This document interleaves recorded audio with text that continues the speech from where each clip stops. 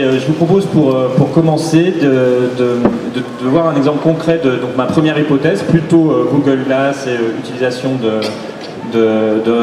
d'outils informatiques dans une situation très concrète avec nos deux médecins. Et donc j'aimerais que vous nous parliez un peu de vos travaux et de l'utilisation qu'on fait aujourd'hui de la réalité augmentée dans la pratique médicale. Et vous avez, je sais, plein de choses à raconter sur la question.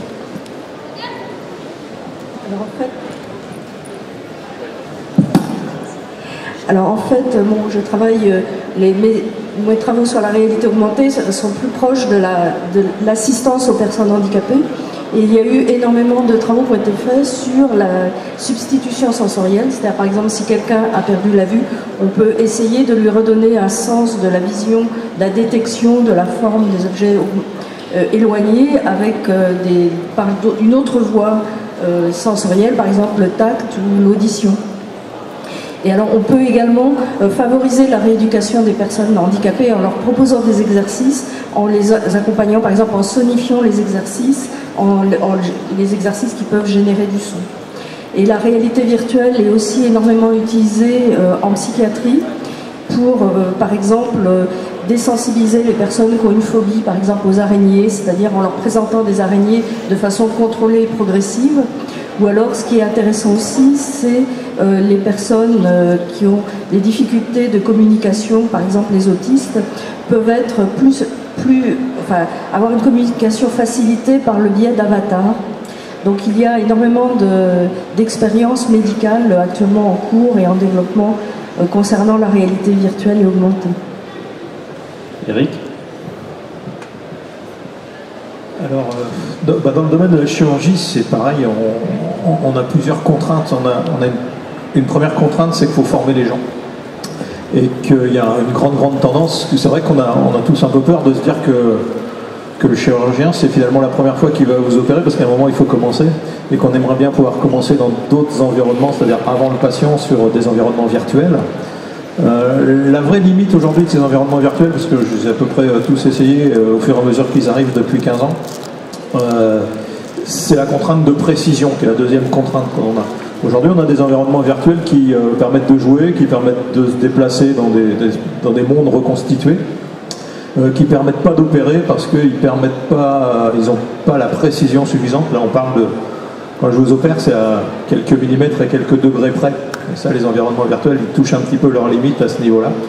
Et pour situer un petit peu la complexité de la chose, il y a une dizaine d'années, j'étais dans un congrès d'anatomistes, et on parlait des premiers simulateurs chirurgicaux, et les gens qui étaient là disaient, il faudra, à l'époque, c'était en francs, il faudra 10 millions de francs et 10 ans pour avoir un simulateur chirurgical réaliste.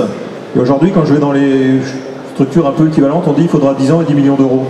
Donc ça situe le niveau de complexité.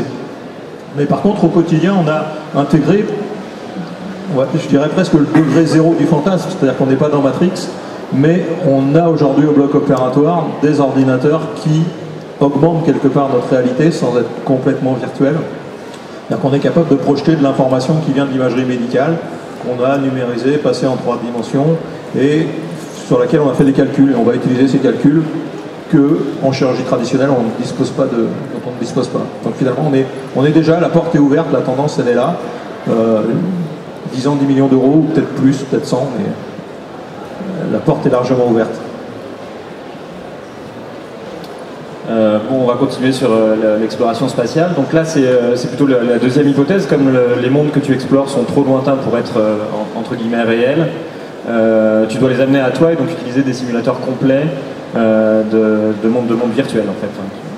Alors, est-ce que tu m'en raconter la pratique Dans notre domaine, la réalité virtuelle, ça fait partie des recherches en cours. C'est un outil très puissant, mais qui est encore à l'état de recherche et de prototype.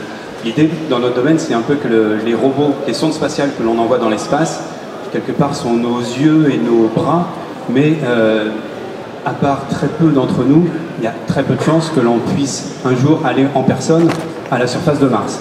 Vous avez peut-être vu le film Seul sur Mars, ceux qui ne sont pas allés le voir, je vous conseille, c'est un bon film. C'est très difficile de se rendre sur place sur les planètes.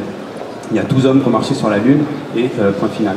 Donc la réalité virtuelle, pour nous, ça peut être un outil qui nous permet, non pas de marcher sur Mars, mais de ramener Mars à la maison pour faire en sorte qu'on vive quelque part les émotions, ou en tout cas qu'on le ressente ce qu'un astronaute sur place pourrait lui-même ressentir.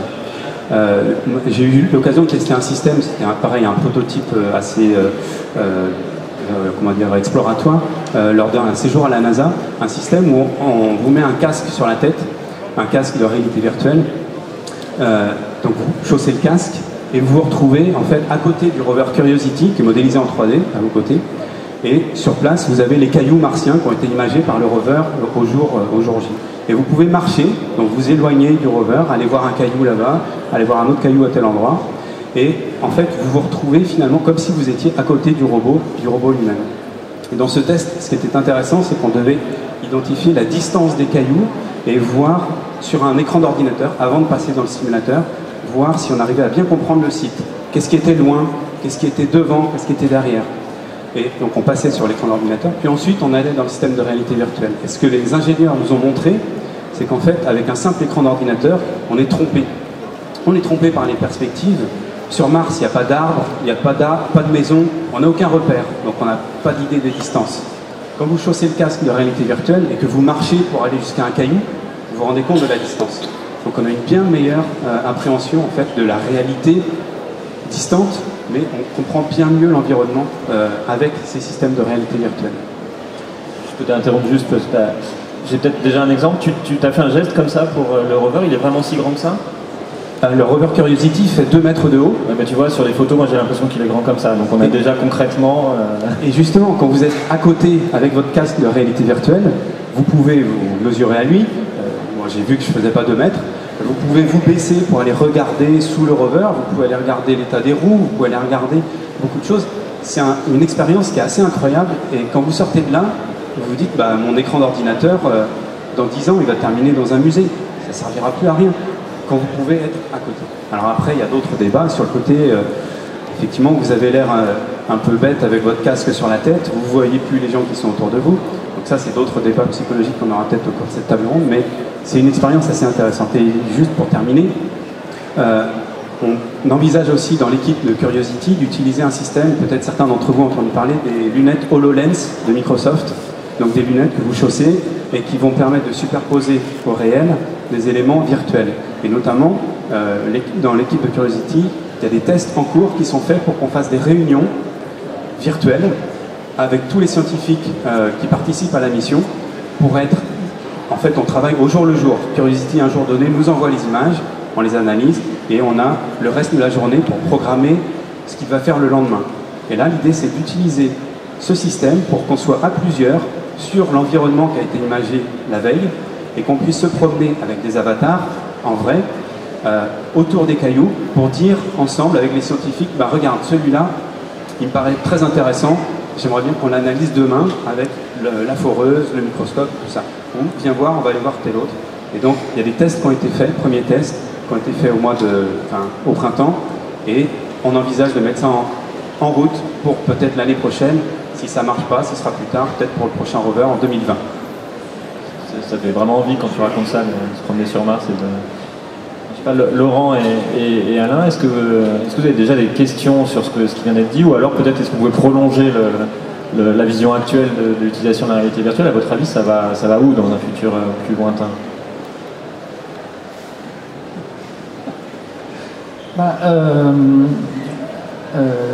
Ça va où? Le rôle de la SF, elle est de mettre ça en récit, en fait, et de voir les problèmes. C'est ça surtout. C'est-à-dire que c'est tout de suite, quand je pense à des univers reconstitués comme ça, je me dis qu'est-ce que ça peut induire comme manipulation, qu'est-ce que ça peut induire comme est-ce qu'il peut y avoir des allergies à ça, c'est-à-dire des gens qui perçoivent de façon déformée systématiquement tel ou tel point de la simulation, etc. Moi, c'est ça que ça m'inspire, c'est que c'est une matrice d'histoire extraordinaire, je trouve, la réalité augmentée et le virtuel d'une manière générale, et la réalité augmentée. Pour rebondir un petit peu là-dessus, il y a des choses assez surprenantes. C'est-à-dire qu'on n'est pas tous égaux devant la réalité virtuelle et devant la 3D. À tel point que l'INSERM lance un certain nombre de travaux, et il y a un certain nombre de laboratoires qui travaillent là-dessus, qui est la façon dont le cerveau réagit au stimulus 3D. Et il y a toute une partie de la population qui est dans cette salle qui, si on les expose à de la 3D, vont avoir un accident de voiture en sortant.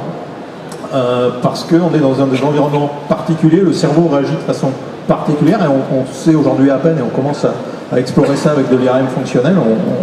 On expose les gens à des stimulus 3D, on les expose à du 2D et on voit que le cerveau derrière il ne réagit pas du tout pareil et qu'il y a des gens susceptibles de développer des pathologies dans des environnements immersifs de cet ordre-là. Et c'est tout un pont aussi de neurosciences actuellement qui est en cours d'exploration parce qu'on est là aussi pas tous égaux comme sur moi ça ne s'applique pas au cinéma en 3D. Hein. Si, absolument. Absolument, d'ailleurs dans le consortium scientifique, le groupe d'intérêt scientifique, il y a Canal+ dedans. Puisque le retour, le feedback, c'est-à-dire qu'on essaye de comprendre, et ensuite, c'est effectivement en travaillant sur les caractéristiques de l'image 3D, c'est-à-dire les focales et les distances de vision et tout ça, les vitesses d'exposition des stimulus entre l'œil droit et l'œil gauche, qu'on est capable de fournir des recommandations pour faire en sorte que le film ne soit pas trop perturbé. Donc ça intéresse l'industrie du cinéma au plus haut point. Oui, pour rebondir sur le rebond, je pense que la technologie qu'on utilise est très importante. Et la maturité du système technologique qu'on utilise est très importante aussi. Moi j'aurais été curieux de poser la question, je ne sais pas si le modérateur sera d'accord, dans la salle, pour savoir qui a déjà testé un casque de réalité virtuelle. Est-ce que vous pourriez lever la main, ceux qui ont testé un casque? Entièrement d'accord. Alors on a un public un peu captif qui vient aux Utopiales. Mais... il n'y a pas un biais de recrutement quand même dans le panel? C'est pas mal, c'est pas mal. Alors ceux qui ont pu tester, certains comprendront, d'autres qui n'ont pas testé ne comprendront pas, mais il y a différents systèmes de rendu. Moi j'ai pu tester le casque Oculus Rift première version, le système que j'ai vu à la NASA c'était ça, puis j'ai testé le casque deuxième version. Il y a des défauts qui sont corrigés avec les nouvelles générations de casques. Dans un des premiers systèmes que j'avais essayé, quand on tournait la tête, l'image suivait mais avec un léger décalage. Ce qui donnait exactement la même impression que lorsque vous avez bu 3 ou 4 Guinness au bar et que vous sortez du bar, effectivement, vous avez une impression bizarre, vous ne vous sentez pas bien. Ces défauts sont corrigés dans les systèmes les plus performants actuels avec un bon ordinateur et ce problème de tête qui tourne n'a plus lieu. Donc je pense qu'on n'est pas encore au niveau technologique à l'instrument parfait et